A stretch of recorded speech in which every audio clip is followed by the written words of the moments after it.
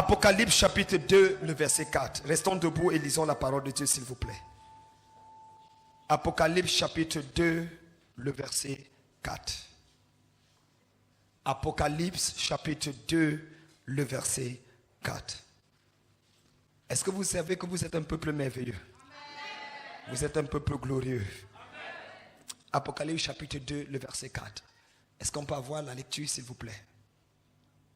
Mais ce que j'ai contre toi, c'est que tu as abandonné ton premier amour. Reprends. Mais ce que j'ai contre toi, c'est que tu as abandonné ton premier amour. Reprends. Mais ce que j'ai contre toi, c'est que tu as abandonné ton premier amour. Quelqu'un dit Amen. Amen. Je prêche aujourd'hui sur le thème ce que j'ai contre toi. Dites avec moi ce que j'ai contre toi. Dis le plus fort. Est-ce que tu peux parler plus fort encore? Est-ce que tu peux crier plus fort? Asseyez-vous dans la présence de Dieu. Bien-aimés dans le Seigneur, frères et sœurs en Jésus-Christ, je voudrais en quelques minutes partager avec vous une interpellation prophétique qui est au fond de mon cœur par rapport à l'impératif catégorique que Dieu a placé dans mon âme par rapport au culte de ce matin.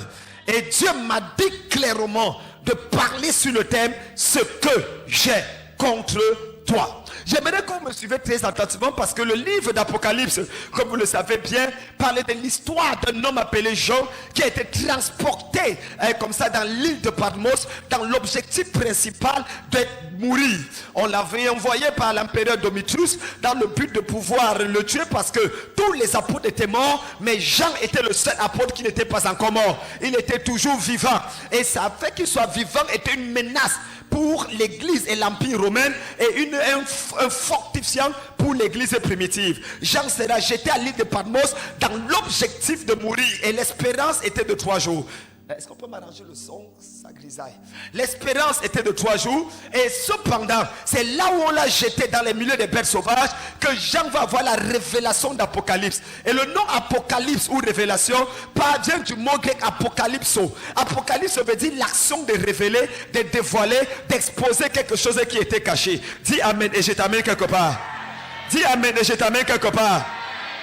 Jean va donc recevoir un message du Seigneur adressé essentiellement aux 7 églises.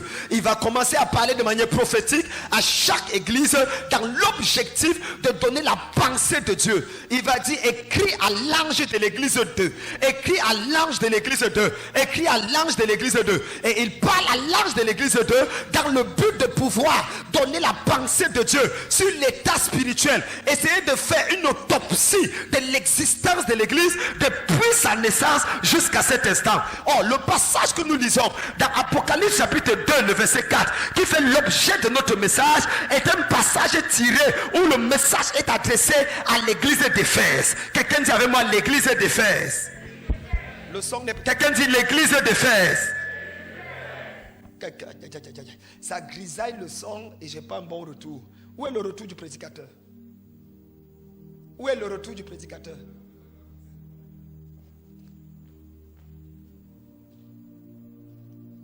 Je ne vois aucun baffle qui tourne vers le prédicateur.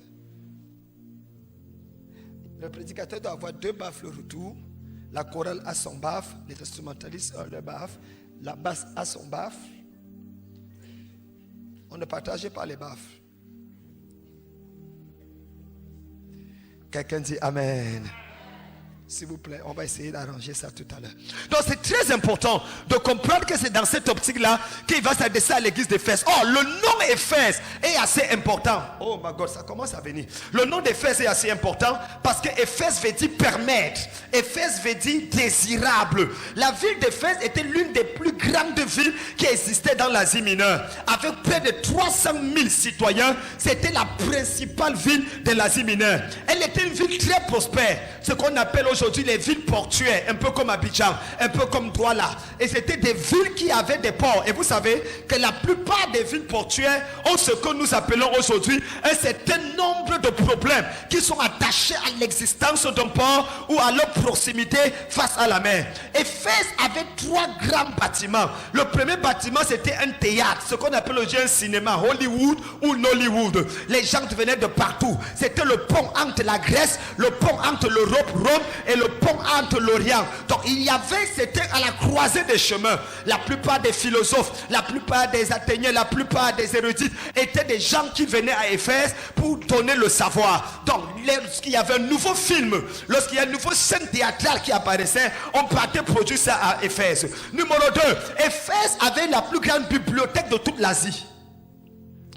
Il y avait une bibliothèque qui était tellement grande. Les Platons, les écrits de Platon, les révélations de Socrate et tout le reste étaient gardés dans la plus grande bibliothèque d'Éphèse. Donc c'était les intellectuels qui étaient Éphèse. Ce n'étaient pas des hommes et des femmes qui ne comprenaient rien sur la vie, mais c'était des gens qui avaient étudié. C'était des aristocrates, c'était des philosophes qui vivaient là-bas. Et la troisième grande chose qu'il y avait Éphèse, c'était appelé le temple d'Artémis. Le temple d'Artémis, ce que les Romains appelaient le temple de Diane, était l'une des sept plus grandes merveilles du monde. C'était une icône, c'était un patrimoine mondial. C'était le genre de bâtiment qui faisait en sorte que les gens voyageaient uniquement pour aller regarder ce qui se passe, comme la cathédrale de Yamoussoukro. Donc Éphèse avait un temple exceptionnel qui était dédié à la déesse Diane. Ce temple avait 138 mètres de largeur, 74 mètres, 138 mètres de longueur, 74 mètres de largeur et 20 mètres de hauteur. Il a fallu, d'après les historiens, 120 ans pour finir la construction de ce temple. C'est pour ça que c'était considéré comme l'une des plus grandes merveilles. Et c'était le centre de l'idolâtrie en Asie mineure. Les gens travaillaient pour pouvoir adorer la déesse Diane. Oh, comprenez-moi très bien. C'est en l'an 53, après Jésus-Christ, que l'apôtre Paul va créer la première église à Éphèse. Il va donner un message dangereux qui va pousser les gens à la repentance radicale. Pour comprendre l'existence de la création de l'église d'Éphèse, il faut aller dans Actes chapitre 19, où Paul se retrouve à Éphèse et il commence à prêcher. Et il y a des gens comme Démétrius, les Orfèvres, qui se reparlent et qui croient. Et le message est tellement virulent, tellement puissant, que la Bible dit que les gens ont commencé à abandonner toutes les idoles, toutes les fétiches. Et le nombre était, quand on calcule le nombre, ça donnait plus de 483 millions de dollars.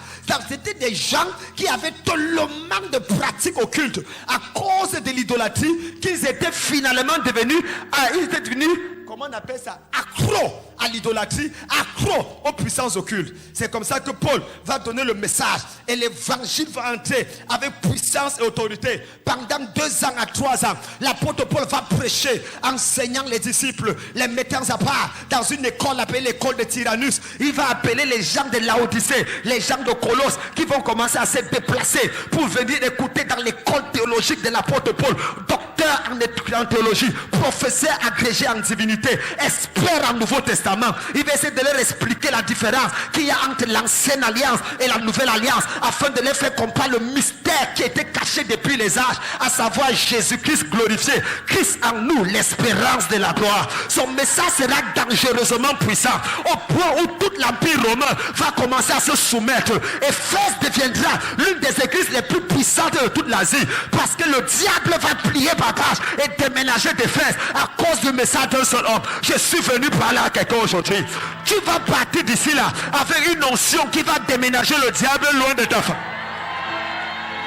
C'est ton amen qui établit la révélation aujourd'hui. Non. Éphèse était une ville cosmopolite. Et ça fait que Paul ait créé l'église ne veut pas dire que Paul était le seul pasteur de l'église. Parce qu'après Paul, Priscilla et Aquila sont passés à Éphèse et ont bâti l'église. Après Priscilla, nous avons Barnabas qui est passé et qui a bâti l'église. Même l'apôtre Jean, avant d'être envoyé à l'île de Patmos, était à l'église avec Marie. C'était la dernière église de la Marie, mère de Jésus. Éphèse. Plus tard, Les anciens d'Éphèse seront les anciens, les dirigeants les plus célèbres dans le Nouveau Testament. Paul, en allant à Rome, va appeler les anciens d'Éphèse et va leur expliquer la vision prophétique de son départ. En précisant qu'après lui viendra plus tard, quand il sera à Rome et lorsqu'il va écrire l'église d'Éphèse et qu'il va parler à Timothée, il va affecter Timothée à Éphèse. Et Timothée deviendra le pasteur officiel de l'église d'Éphèse. Mesdames, mesdemoiselles, messieurs, c'est de cette église qu'il s'agit. Cette église qui était la référence, cette église qui était la base, cette église qui était l'élément catalyseur de toutes les autres églises, cette église qui était le point focal de l'expérimentation de la puissance et de la gloire de Dieu. Et la Bible dit, des années plus tard, l'an 65, 66, 67, 15 ans, 20 ans plus tard, on se retrouve dans une situation ambiguë. Dieu parle à Jean et dit, écris à l'église d'Éphèse. Il y a des choses que Dieu va apprécier à l'église d'Éphèse. Je sais que tu connais, tu as éprouvé les apôtres et qu'ils ne sont pas, et tu les as trouvés menteurs. Je sais que tu as les œuvres de Nicolaïtes, œuvres que j'ai aussi. Je sais que tu as de la persévérance. Je sais que, mais il va ajouter au verset 4. Mais ce que j'ai contre toi. Nous avons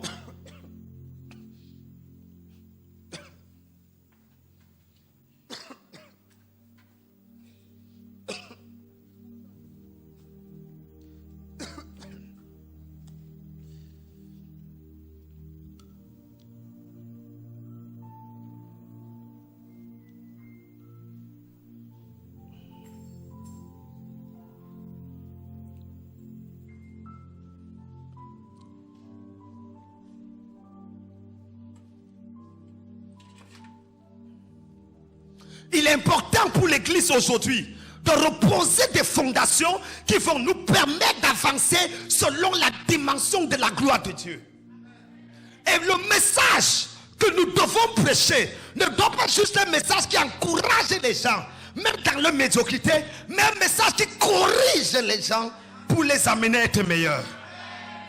C'est étonnant que Jésus dise, au milieu d'une église qui avait besoin d'encouragement, face à tout ce qui se passait, il dit, j'apprécie ceci, j'apprécie cela, j'apprécie ceci, j'apprécie encore l'autre ci, mais il y a quelque chose que je n'apprécie pas. Nous avons aujourd'hui dilué la puissance de l'évangile, surtout quand il faut reprocher quelqu'un. Il n'a pas dit ce que je n'apprécie pas, il a dit ce que j'ai contre toi.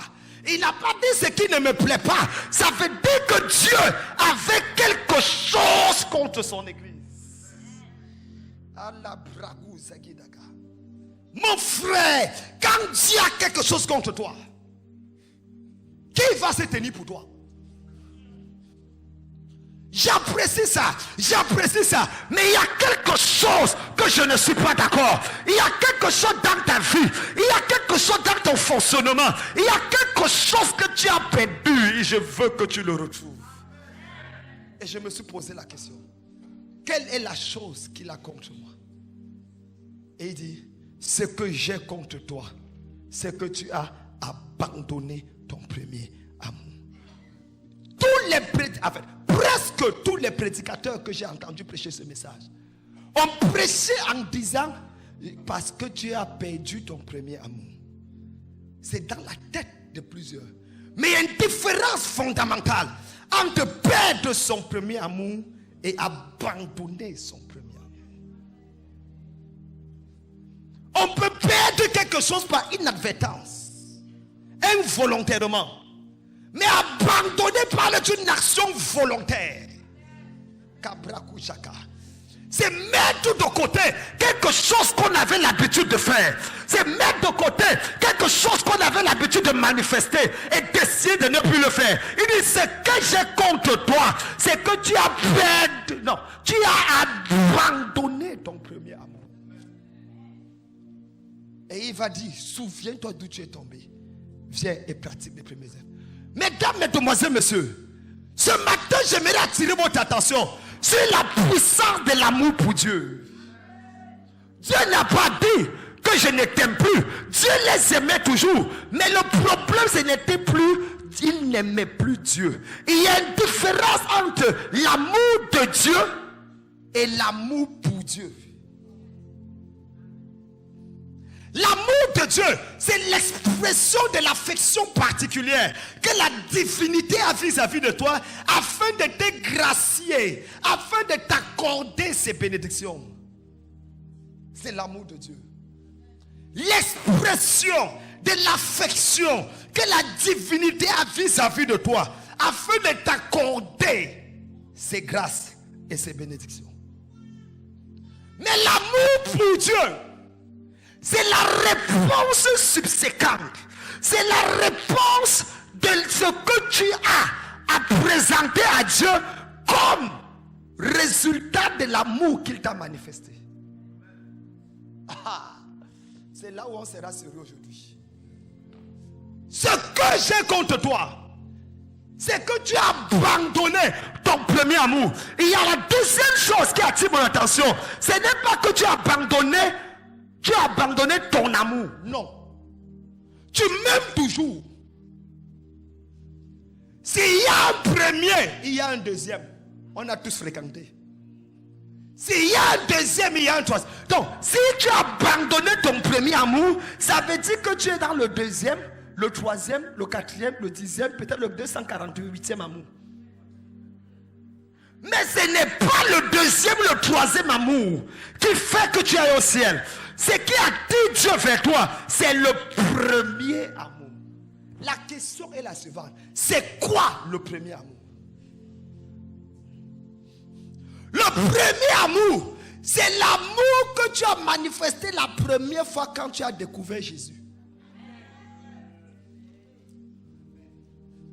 Le premier amour, c'est l'état de cœur, c'est la consécration, la réponse positive que tu as déployée vis-à-vis de Dieu quand tu l'as rencontré la première fois.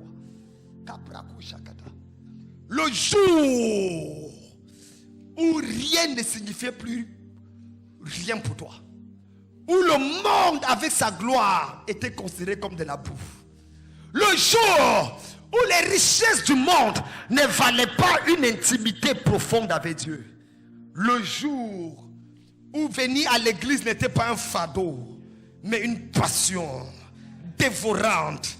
Le premier amour, c'est le jour où tu étais prêt à tout abandonner, accepter qu'on t'insulte, qu'on dise n'importe quoi pour toi, pourvu que tu gardes ta relation avec Dieu. Le premier amour, c'était le jour où tu chantais, prends tes richesses, mais moi j'ai mon Jésus.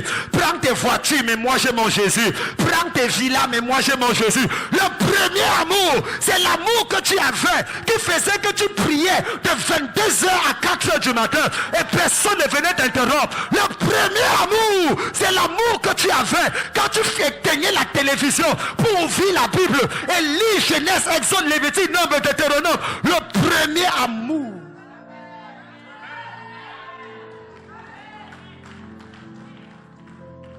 Le premier amour, c'est le temps là où ton mari te disait, si tu ne veux pas laisser l'église, je t'abandonne. Tu dis, chérie, tu pars quand? Le premier amour, c'est cet amour-là où ton patron disait, si tu ne couches pas avec moi, je vais te licencier. Tu dis au patron, je suis prêt à partir même maintenant. Le premier amour, c'est cet amour qui te faisait marcher dans la sainteté et la consécration, dans la pureté et dans l'abandon. Le premier amour, c'est cet amour qui faisait que dès que quelqu'un te dit bonjour, la seule chose que tu as lui dit, est-ce où passeras-tu l'éternité? Le premier amour ressemble à cet amour pour vous qui faites le marketing des réseaux, que vous êtes devenu tellement zélé quand c'est marketing des réseaux, tu peux présenter le produit même à 200 personnes en une semaine. Pour le composer, de faire le marketing, d'accepter pas si ça va marcher. Des produits même qu'on ne sait pas si ça marche. Maintenant, tu as le meilleur produit, Jésus. Et tu fais 1 jour, 2 jours, 3 jours sans parler de lui. Tu as perdu ton premier amour. Mes frères et mes sœurs, je voudrais en quelques minutes prier Dieu pour quelqu'un aujourd'hui. Tout amour que tu avais perdu, avant midi, tu vas récupérer cela. Si ton voisin n'a pas dit Amen, recule-toi avant de dire Amen. Si ton voisin ne dit pas Amen fort, suspecte le voisin là d'être un problème. Quelqu'un dit Seigneur, restaure le premier amour. La Bible dit, asseyez-vous, on posa la question à Jésus, quel est le plus grand commandement? Et Jésus répondit, le plus grand commandement, tu aimeras le Seigneur. Aimer Dieu n'est pas un sentiment. Aimer Dieu est un commandement. C'est une décision radicale et volontaire. C'est une prise de position. Tu aimeras Dieu de tout ton cœur, de toute ta force, de toute ta pensée, toute ta force. Aujourd'hui, l'Église a perdu l'amour de Dieu. On reçoit les prophéties, on reçoit les miracles, mais le cœur n'est plus tout entier à Dieu. Je voudrais vous dire rapidement qu'il y a un besoin urgent. Quand tu chantes sans amour pour Dieu, quand tu prêches sans amour pour Dieu, quand tu viens à l'église sans amour pour Dieu, quand tu commences à parler aux gens sans amour pour Dieu, frère, c'est la catastrophe. Laissez-moi vous donner rapidement quelques points sur ce que c'est que l'amour pour Dieu. La première chose que je voudrais vous dire, c'est que il y a des choses que seul l'amour pour Dieu fera dans ta vie que l'amour de Dieu ne fera pas. Il y a des choses, numéro 1, que seul l'amour pour Dieu fera et que l'amour de Dieu ne fera pas.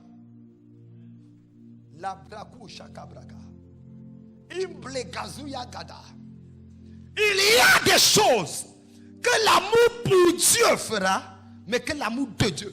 Mesdames, mesdemoiselles, messieurs, l'amour de Dieu, c'est Dieu exprimant son amour pour toi. L'amour pour Dieu, c'est toi l'exprimant à Dieu. Maintenant, écoutez.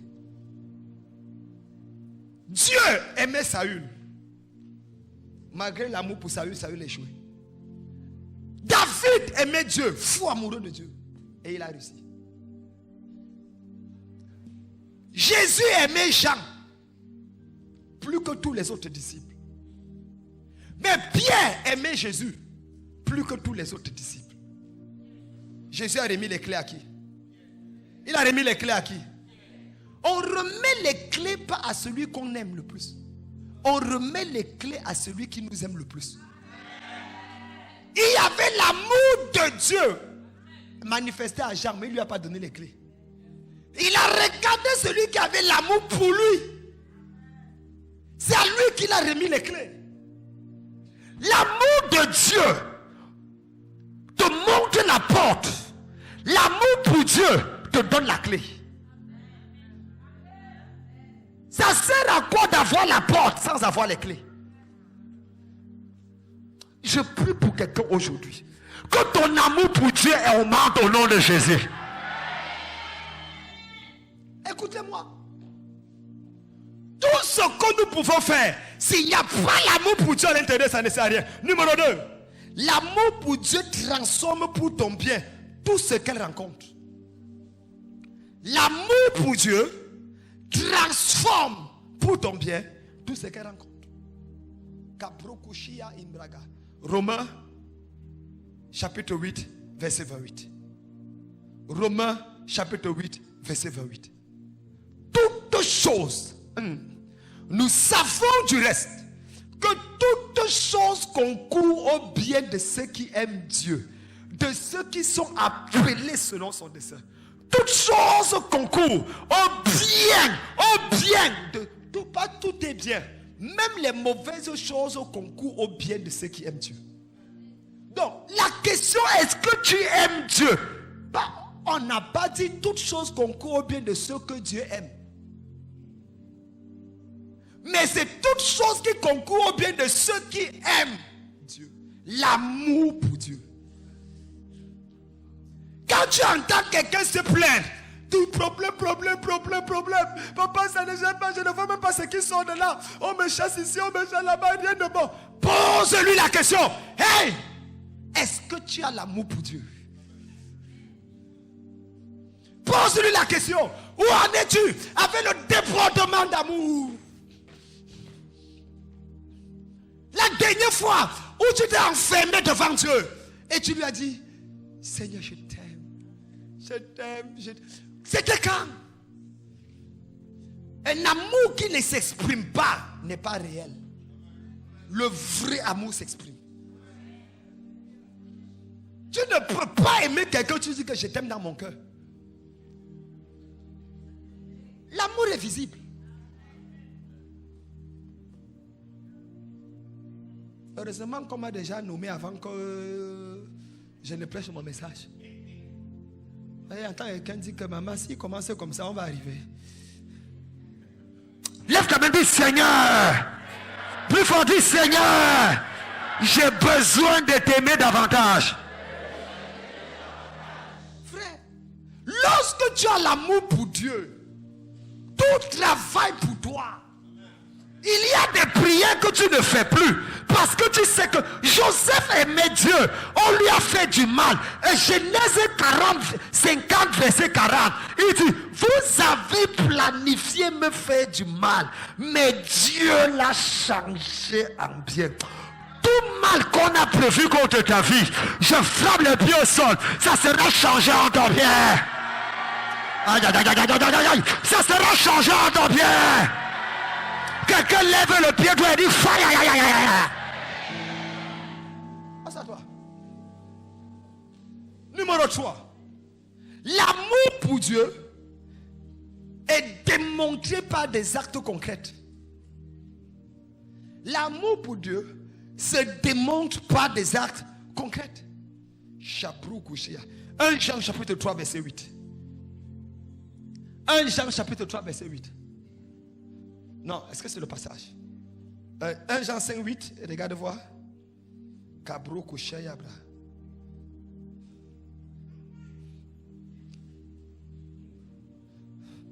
Quelqu'un dit Amen. Tu ne peux pas aimer Dieu et ne pas le prouver.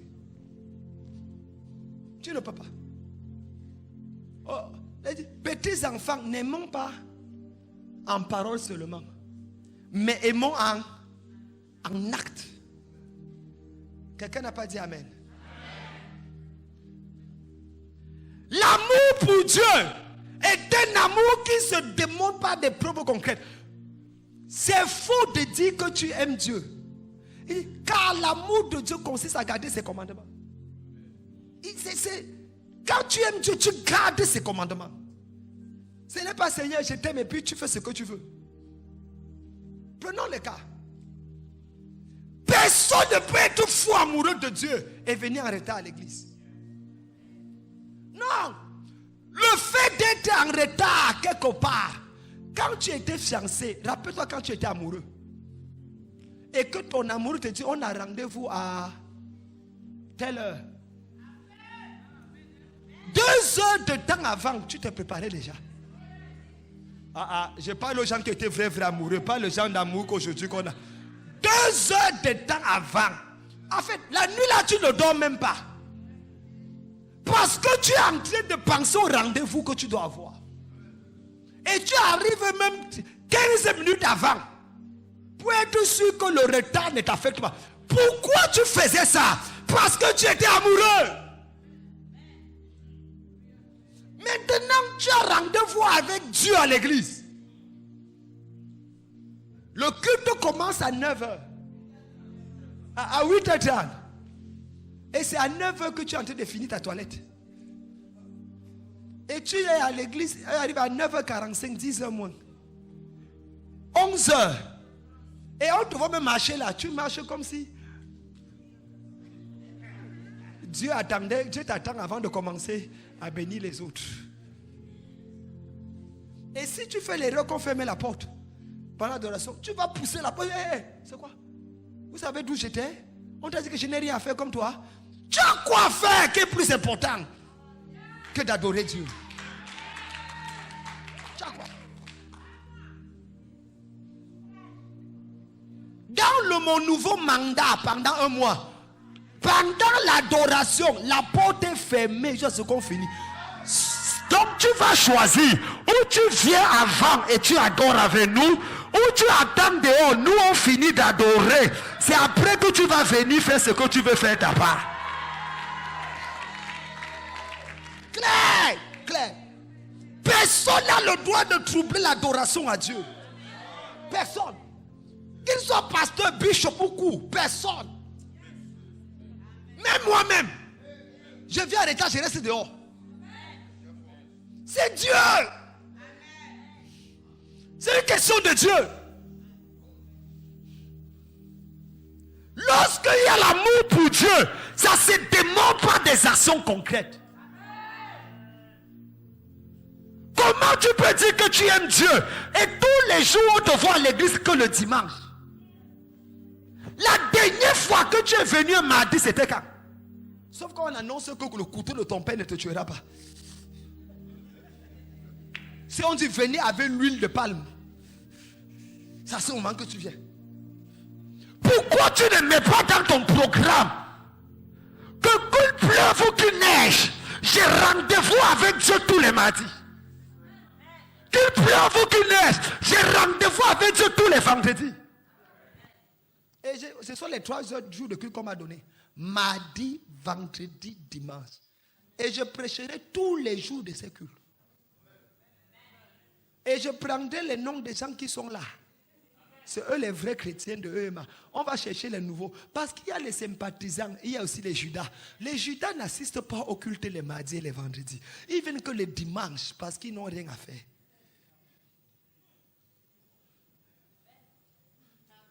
Regarde ton voisin, dis voisin. Dis voisin. On va arriver.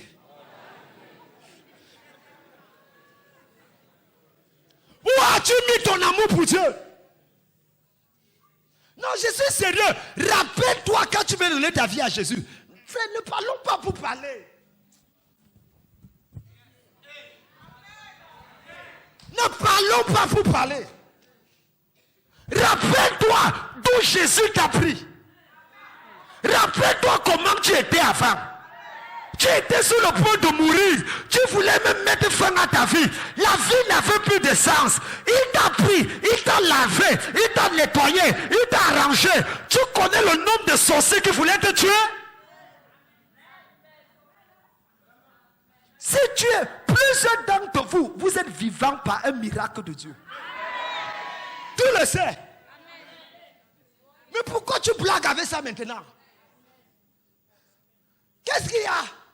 Tu penses que le diable s'est converti en te temps? J'ai une mauvaise nouvelle pour toi. Satan est encore méchant. Oui, il est encore méchant. Maintenant, c'est la recherche de l'argent qui te préoccupe. Je dois chercher l'argent. Je dois chercher l'argent. Tu as déjà vu qui qu'on enterre avec l'argent? Je prie pour quelqu'un ce jour. Que Dieu restaure son amour dans ton cœur. Que Dieu restaure son amour dans ton cœur. C'est difficile d'être pasteur d'une église où on n'aime pas Dieu passionnément. C'est facile d'être pasteur d'une église où les gens sont fous amoureux de Dieu. C'est facile. C'est facile. Parce que quand l'amour pour Dieu a disparu, on se chamaille. Tu piétines le pied de quelqu'un. Tu connais le prix de la chaussure ici. Tu piétines mon pied, pourquoi? Mais vous ne respectez pas les gens ici là. Hein? Ne piétine plus mon pied. Ne piétine plus mon pied. Ne piétine plus. Mais c'est la preuve. Quand l'amour pour Dieu n'est plus là, il y a des querelles dans la chorale. Qui chante plus que l'autre? Qui fait quoi? Tu chantes pour qui? C'est pour être vu ou bien c'est pour que Dieu soit satisfait de ton chant. Quand il n'y a plus l'amour pour Dieu, même quand on chante dans la chorale, on ne sent rien. Tout sent qu'il chante pour la belle voix. C'est le professionnel. Alléluia.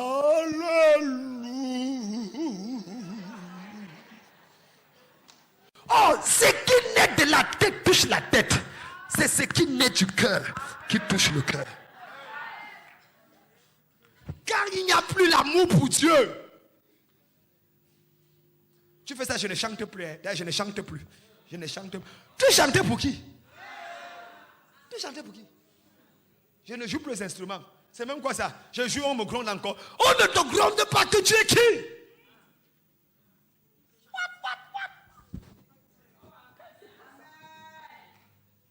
Ça c'est quoi ça?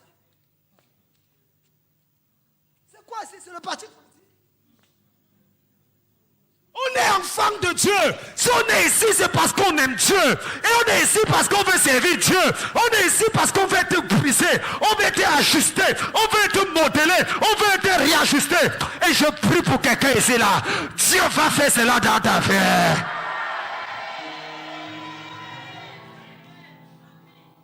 L'amour de Dieu ne se fait pas des actes concrets. Concrets. Tu ne peux pas aimer Dieu et être rebelle. Non. Dieu est la rébellion.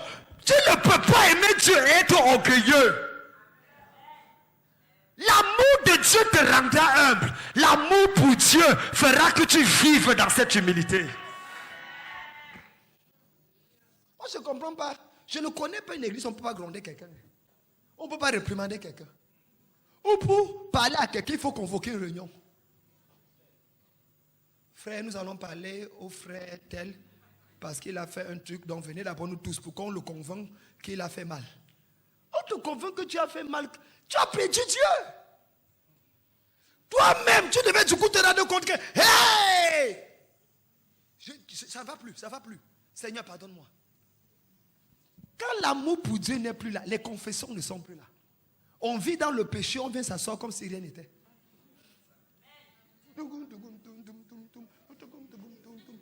Zouglou en Jésus. Oui, Zouglou en Jésus. Yeah. Quand l'amour pour Dieu n'est plus là, on a tué notre conscience. On a tué la conscience. On est là, on n'est pas marié, mais on est en train de dormir avec quelqu'un qui n'est pas notre mari, notre femme. Tranquillement, tranquille.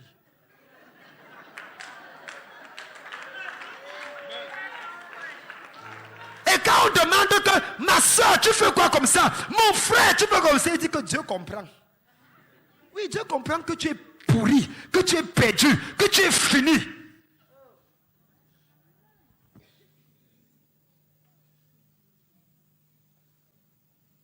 Lève ta main et dis Seigneur. Tu n'es pas le plus fort. Si j'avais dit tu es le sorcier de ta famille, tu allais. Quelqu'un dit Seigneur. Restaure ton amour dans mon cœur. Dis plus fort, dis Seigneur, j'ai besoin du premier amour. Numéro 4. Tout ce qui marche dans le royaume marche par amour. 1 Corinthiens 13, 1 à 3. Tout. S'il n'y a pas l'amour, ça ne marche pas. 1 Corinthiens 13, 1 à 3. La Bible dit que quoi? L'amour, c'est l'essence même. Quand je parlerai la langue des hommes et des anges, si je n'ai pas l'amour, je suis un airain qui résonne ou une cymbale qui retentit. Verset 2. Et quand j'aurai le don de prophétie, la science de tous les mystères, toutes les connaissances, quand j'aurai même toute la force qui a transporté les montagnes, si je n'ai pas l'amour, je ne suis rien.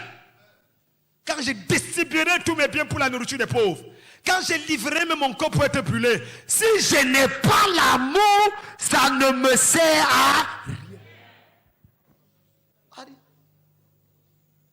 À rien. Je te pose une question simple. Comment peux-tu dire que tu aimes Dieu et tu gardes quelqu'un dans ton cœur depuis un mois, depuis un an? Si tu n'es pas docteur agrégé en sorcellerie, tu es quoi? Tu es à quel niveau? Comment peux-tu dire que tu aimes Dieu et tu es assis à côté de quelqu'un, vous ne vous parlez pas dans la même église? dans la même église. Dans la même église. Comment peux-tu dire que tu aimes Dieu et tu viens avec ton gros titre à l'église? Tu dis qu'on ne doit pas te parler n'importe comment parce que tu es quand même. Tu es quand même quoi? Tu vaux quoi? Tu es qui? Qui mange chez toi? Même si la personne qui est à côté de toi ne mange pas le caviar ou ne boit pas ce que tu bois, sont à checker et sont à loco, le fait vivre tranquillement.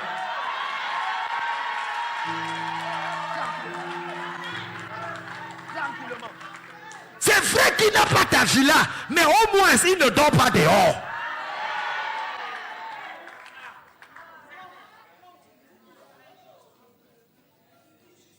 Ne te comporte pas parce que tu as été béni plus que les autres. Au contraire, utilise ça pour t'humilier devant les autres. Pour t'humilier. L'humilité a disparu. Lorsque j'ai annoncé aux gens ici en Côte d'Ivoire que je deviens le pasteur assistant du révérend Blaise, quelqu'un m'a demandé, tu es normal? J'ai dit pourquoi?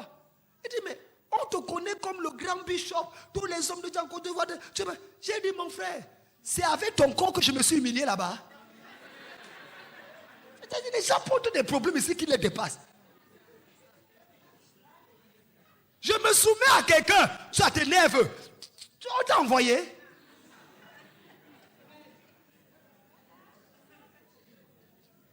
Quand tu connais qui tu es, tu n'as pas peur de t'humilier devant n'importe qui. Quand tu connais, ce sont les parvenus. Vous avez vu les gens qui la richesse a surpris? Quand la richesse surprend quelqu'un, tous les jours il va te rappeler. Qu'est-ce que tu fais ici là? Quelle est ta mission? Dis-lui, demande-lui. Parce que toute personne qui ne travaille pas pour le bien de l'assemblée travaille contre l'assemblée. Jésus a dit, celui qui n'assemble pas avec moi disperse. Disperse.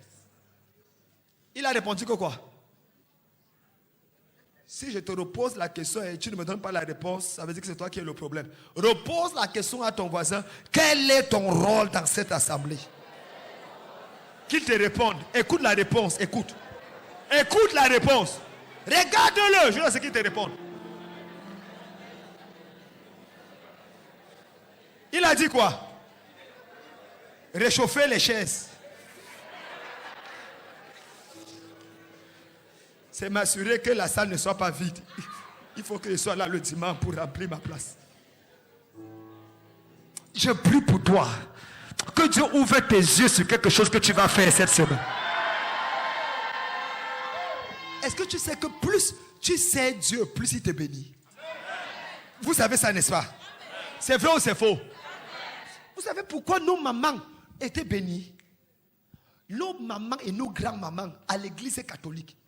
5 heures du matin, maman Afia, 5 heures du matin, tu te rappelles, toi-même, tu tapes là d'abord bien. C'est elle qui me raconte souvent. 5 heures, c'est là où papa Afia est parti récupérer. Fidèle des fidèles. Et vous le savez. Et c'est comme ça que les enfants de ces mamans sont tous bénis.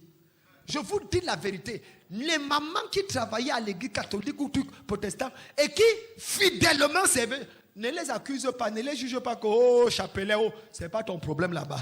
Toi-même tu as ta part de problème que tu gères avec Dieu. Non, les zèle, leur passion pour le service de Dieu a fait en sorte que les enfants sont bénis. Alors qu'ils n'avaient pas la moitié du Saint-Esprit que tu as. Mais comment se fait-il que toi, tu es à l'église évangélique et tes enfants fument la drogue? Et tes enfants ne réussissent pas à l'école? Mais il y a un problème. Le problème c'est que tu n'es pas passionné pour le service. Tu as perdu ton premier amour. Tu as perdu ton premier amour.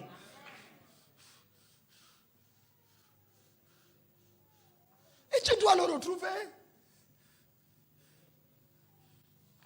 Pour le bien de tes enfants. Aujourd'hui, c'est l'anniversaire de mon épouse.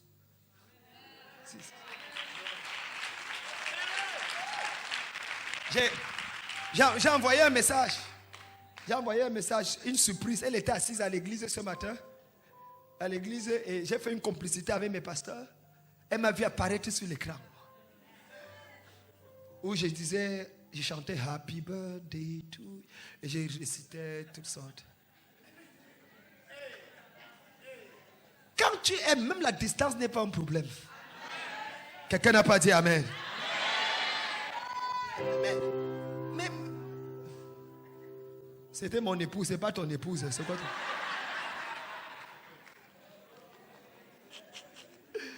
Quelqu'un dit hey. Et par la grâce de Dieu, vous allez la voir avant la fin de cette année.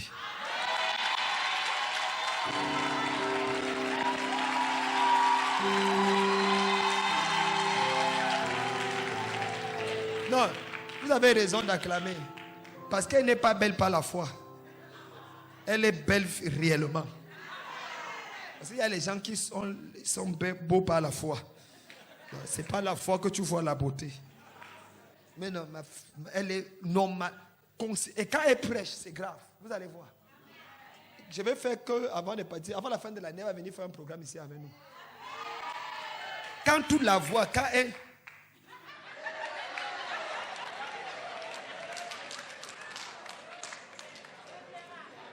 Alléluia. Alléluia. Alléluia.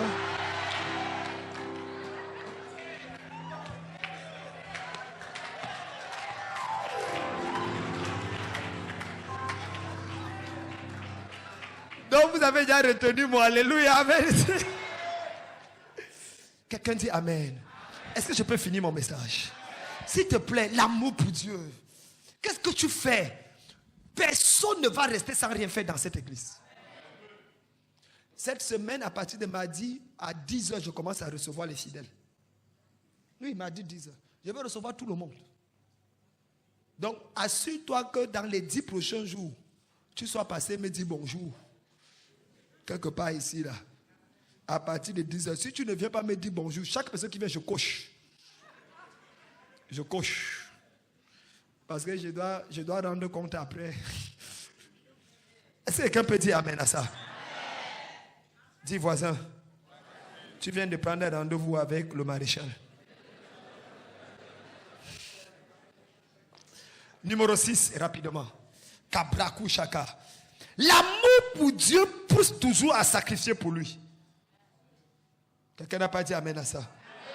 Quand tu aimes, tu sacrifies. Si tu ne sacrifies pas, ça veut dire que tu n'aimes pas. Luc 18, verset 28.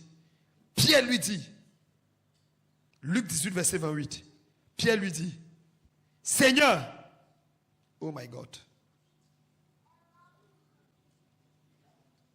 Tu n'as pas ça là-bas, mon fils. Luc 10, hein?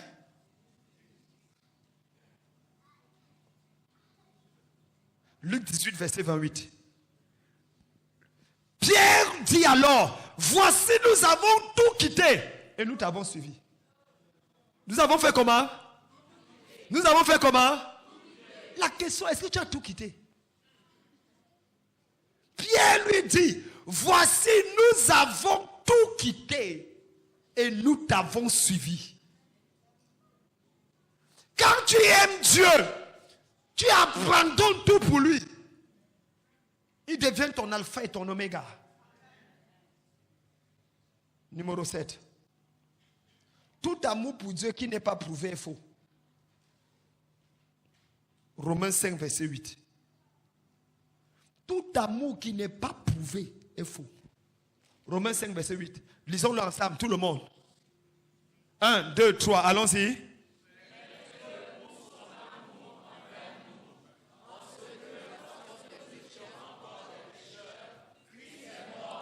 Asseyons-nous. Mais Dieu prouve. Si Dieu prouve son amour, toi, tu es qui pour dire que tu n'as pas besoin de prouver ton amour? Il y a des hommes bandits ici dehors. Il dit je t'aime, je t'aime. Tu dis prouve alors. Il dit je ne prouve pas, crois pas à la foi. Hey, crois quoi pas à la foi? Un homme qui aime une femme va donner l'argent à la femme. Amen. Madame, que personne ne te trompe. L'homme qui ne te donne pas argent ne t'aime pas. Si tu te dis que non, je n'ai pas encore, quand j'aurai, c'est un voleur, c'est un bandit. Tout homme qui aime, même quand il n'a pas l'argent, l'argent apparaît. L'amour a la capacité de faire sortir l'argent.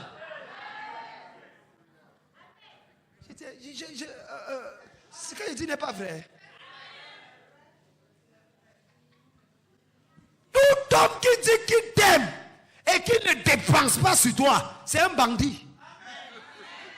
C'est un voleur de cœur. C'est un brouteur émotionnel.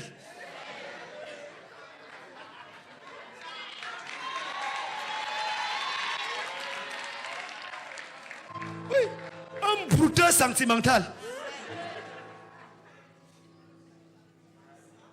Quand tu aimes, tu donnes. Dis à ton voisin, quand on aime, on donne. Dis, l'amour se prouve. C'est vrai. Maman, c'est pas vrai. C'est pas vrai. Quand tu aimes, tu donnes. Même quand une femme aime, elle donne.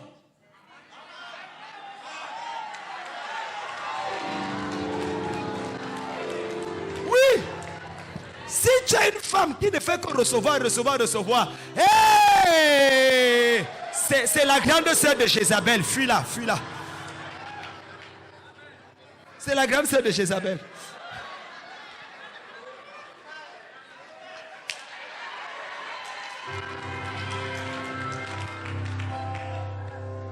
Quelqu'un dit Amen.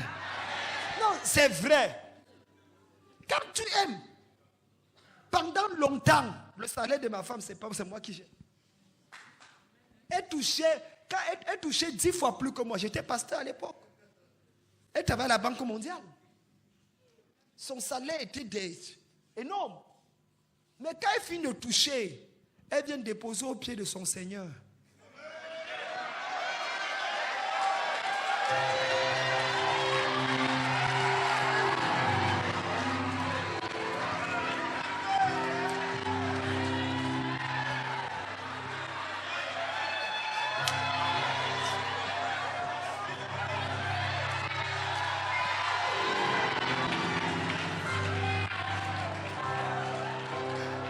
Quelqu'un dit, hey! Je sens qu'elle va appuyer sur la partie là.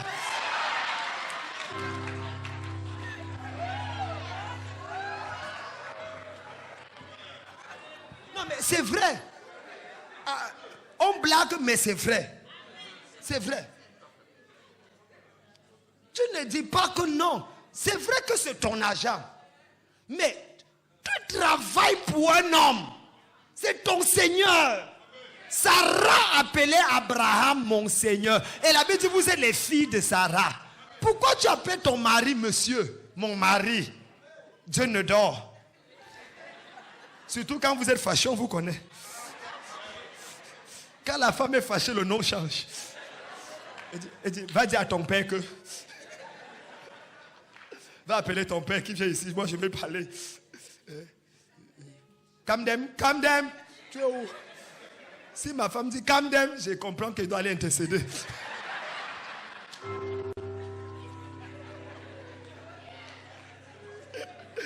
Parce que même là, mon cas est déjà réglé. On m'a déjà jugé avant même de m'écouter. Non mais c'est frère.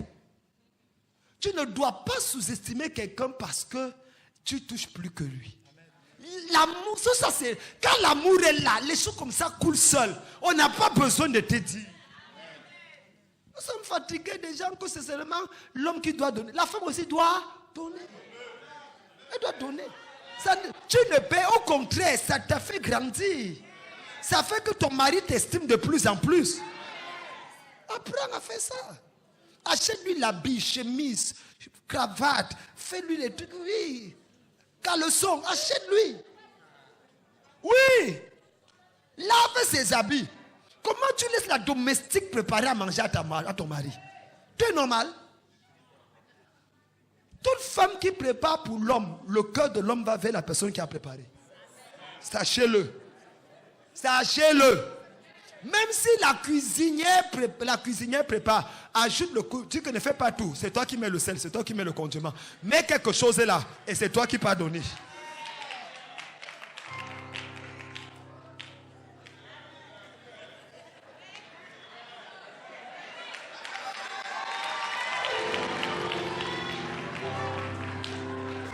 Lève ta main, dis Seigneur. Dis Seigneur. Restaure le premier amour dans mon cœur. Et enfin, laissez-moi vous dire quelque chose. Ah, Cabra. Avant de. Ah, hein? Non, je vais avancer. L'amour pour Dieu, oh my God, couvre une multitude de fautes. Proverbe, chapitre 10, verset 12. Vous savez, il y a une chose qui m'énerve chez les milieux évangéliques. On est toujours prêt à exposer les fautes des autres. Toujours prêt à exposer les fautes des autres. Papa Kanga, tu n'as pas vu comment tu as vécu dans le péché? Pourquoi tu n'as rien fait? Pourquoi tu n'as rien fait? C'est quoi ton problème? C'est quoi? Ok, toi qui veux demander qu'on expose pour l'autre, toi-même tu ne vis pas dans le péché. La Bible dit, l'amour couvre une multitude de péchés. Quelqu'un n'a pas dit Amen. Amen.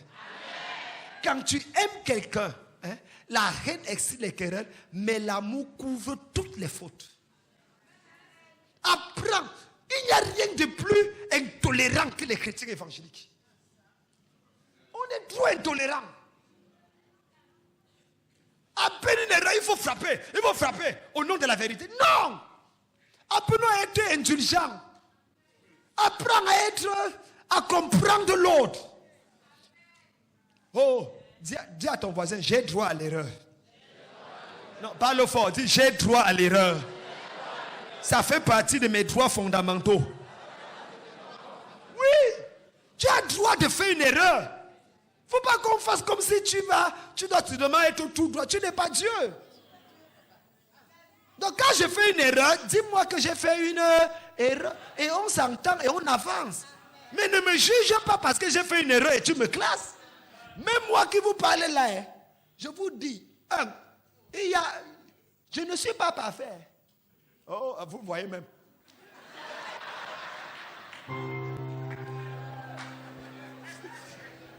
Ma différence avec votre père, c'est que lui il est calme, doux, posé. Moi je suis plus jeune que lui, numéro 1. Donc mon sang est chaud. Oui. Et puis demandez à Stéphane. Où est Stéphane? Demandez à Stéphane, il va vous dire, je suis de nature colérique. Non. Ne prie pas pour ma délivrance. Je n'ai pas encore fini ta part. Tu vas prier pour moi où? De nature colérique. Je déteste quand les choses ne sont pas faites comme ça devrait être fait. Et dans mon église, je réprimande les gens publiquement. Moi. Et je suis sûr que ça va arriver. Je vais prier que ça n'arrive pas, mais je suis sûr que Dieu ne va pas exaucer. Je vous dis. Et quand je le fais, si tu veux, tu brûles la maison avec l'eau glacée. Dès que j'ai fini comme ça, je vais rire avec toi à la fin du culte, t'embrasser même. C'est toi qui vas porter ton problème, tu pars avec. Moi, j'ai déjà libéré, je suis tranquille.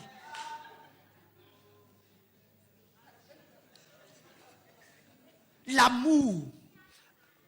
Au lieu de parler du péché de quelqu'un à l'autre, au nom de l'intercession, ma soeur, mon frère, viens, on va prier. Viens, on va prier. Alléluia. Amen. On va prier. On va prier pour que Dieu juge le péché dans la vie des dirigeants. Tu comprends? Amen. Parce qu'on ne comprend pas le péché qu'il y a chez les dirigeants. Je suis en train de faire le commérage déjà comme ça. On va prier parce que je ne sens plus la présence de Dieu à l'église. C'est vrai. Je suis déjà en train de faire le commérage comme ça. On va prier parce que tous les gens qui s'asseyent au premier banc à l'église, on se demande si ce sont vraiment les femmes de Dieu. Amen. Je suis déjà en train de faire le commérage déjà. On va prier. Tu n'as pas remarqué que maman Blaise Kangala, chaque fois je ne comprends pas comment. On va prier. C'est déjà le commérage déjà. On va prier. Tu n'as pas vu papa Afsiang depuis, non? Tu n'as pas vu depuis, non? Ça fait longtemps. Ça fait longtemps. On va prier. On va prier. Au nom de Jésus. Tu as vu maman Mado? Elle qui prend souvent l'argent là. Tu as vu la nouvelle habit qu'elle a portée? Elle a changé, on dirait. Un nouvel habit. Tu as vu, toi-même tu as vu. Ça coûte cher. Moi-même j'ai vu ce tissu là, je n'ai pas acheté ça. C'est cher. Mais je ne sais pas quel volet. Mais on va quand même prier.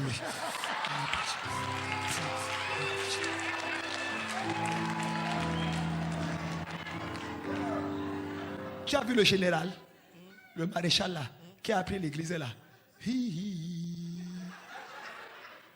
Est-ce que tu sais qu'il va déjà prendre l'église de Papa Kanga? Je te dis la vérité. Il a déjà commencé sa part. Ah bon? Je ne dis pas qu'il veut voler les chrétiens. Je dis seulement qu'il faut qu'on prie.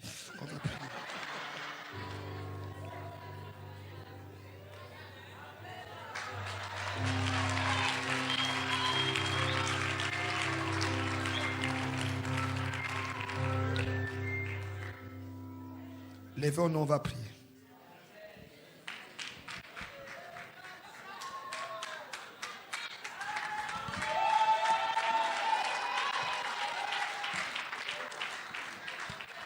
Lève ta main vers le ciel. Dis Seigneur, restaure le premier amour dans mon cœur. Ça, c'est une église exceptionnelle. Cette église est une église qui a un potentiel énorme.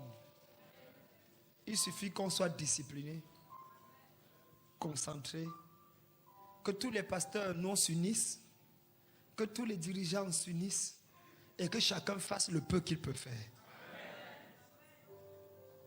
Quand on aime, on a l'amour pour Dieu, les choses deviennent faciles dans nos vies. Je veux que tu fasses une seule prière aujourd'hui. Seigneur, restaure le premier amour dans mon cœur. Pardonne-moi parce que j'ai baissé. Pardonne-moi pour les commérages. Pardonne-moi pour la légèreté, la superficialité. Pardonne-moi parce que je ne me suis pas toujours comporté comme il fallait. Seigneur, pardonne-moi. Pardonne-moi parce que je viens en retard déjà à l'église, ce que je ne faisais pas avant. Pardonne-moi parce que c'est devenu difficile pour moi, Seigneur.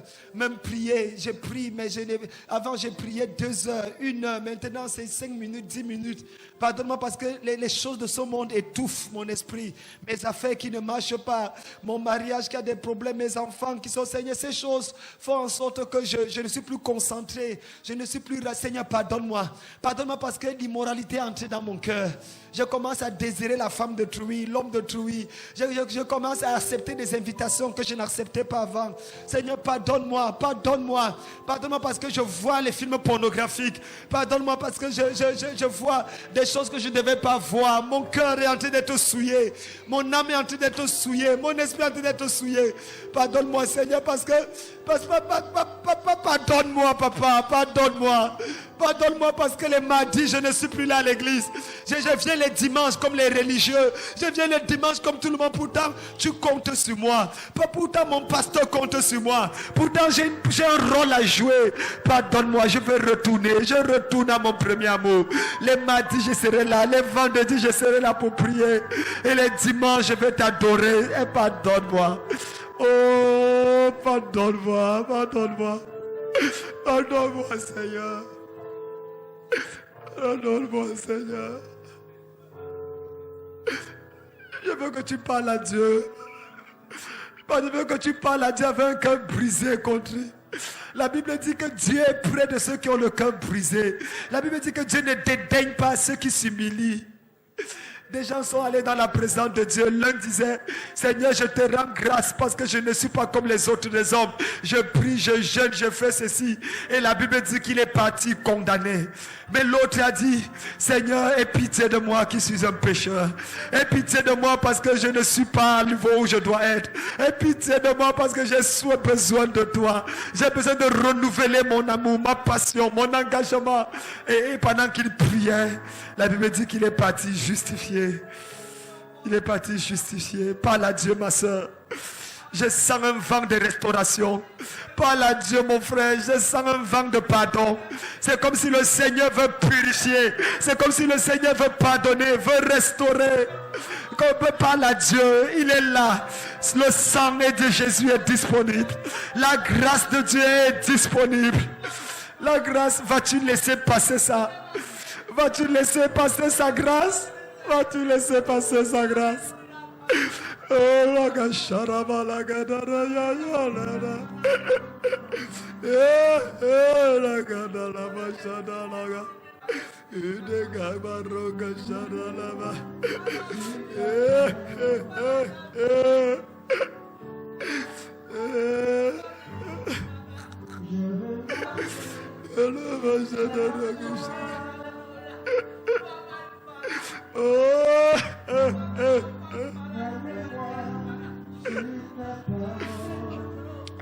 J'ai besoin de toi, Seigneur, j'ai besoin de toi.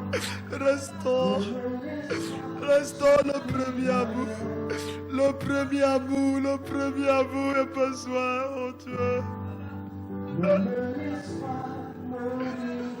Oh la la la la la la ya la ba ya ya ya.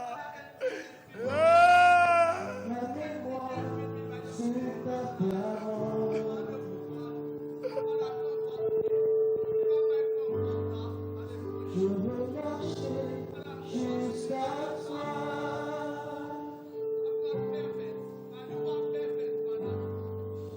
Ramène-moi sur ta parole.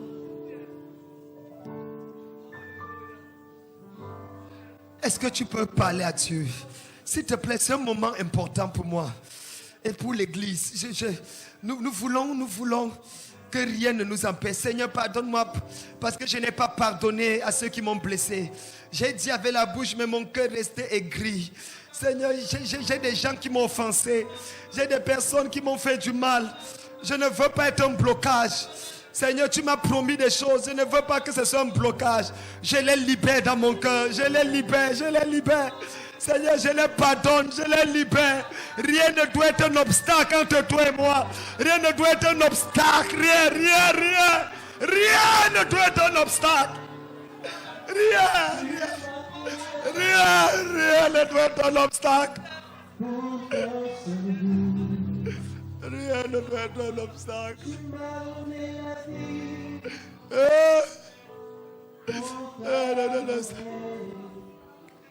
Rien ne doit être un obstacle. Miséricorde insondable. Shabraka. Est-ce que tu crois au pardon de Dieu? S'il te plaît, est-ce que tu crois? Je vois une action du Saint-Esprit. Je vois des cœurs en train d'être restaurés. Je vois l'amour pour Dieu, ta visibilité, ta sensibilité spirituelle revient. Ça revient. Je sens comment l'Esprit de Dieu se dégage à l'intérieur de toi. Une nouvelle force, une nouvelle flamme, un nouvel abandon à Dieu. Laisse le Saint-Esprit faire son œuvre. Oui. Oh, je viens à toi. Dès que je suis, je viens à toi. Jésus, je viens à toi. Dès que je suis,